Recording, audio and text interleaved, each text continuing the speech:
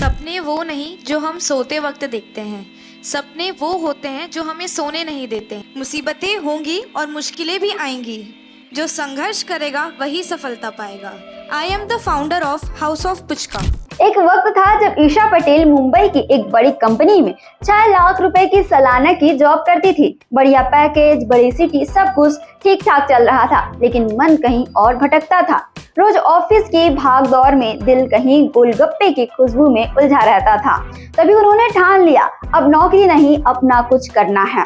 रायपुर लौटकर उन्होंने house of puchka नाम से गोलगप्पे का कैफे खोला। 5 तरह के पानी और हाइजीन मशीन से बना स्वाद और हटके आइडिया।